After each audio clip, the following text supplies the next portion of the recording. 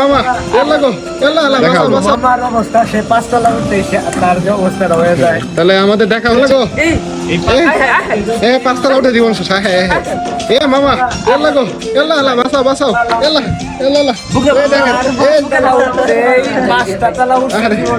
আরে মামা জীবন শেষ। মামা মামা আমরা তো 12 তলা 13 তলা উঠে যেত, আমাদের কিচ্ছু হয় না। আপনার 5 তলা উঠে এই অবস্থা কেন? আপনার কি কলিকাতা হারবাল দরকার? হ্যাঁ আপনার কি কলিকাতা হারবাল দরকার বলেন? বলেন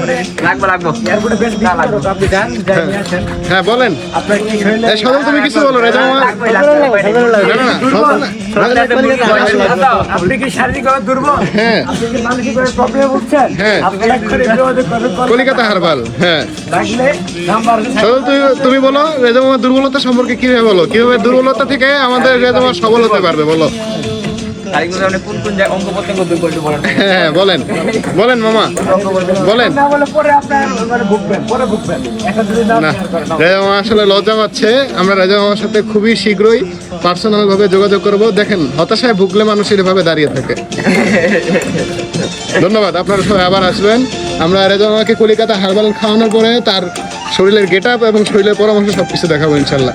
কি বলো তাহলে না? হ্যাঁ দেখা হবে। আমার অবস্থা সে 5 তলা উঠতে তার যে অবস্থা হয়ে যায়। তাহলে আমাদের দেখা হচ্ছে পরবর্তী ব্লগ নিয়ে। হ্যাঁ মামা।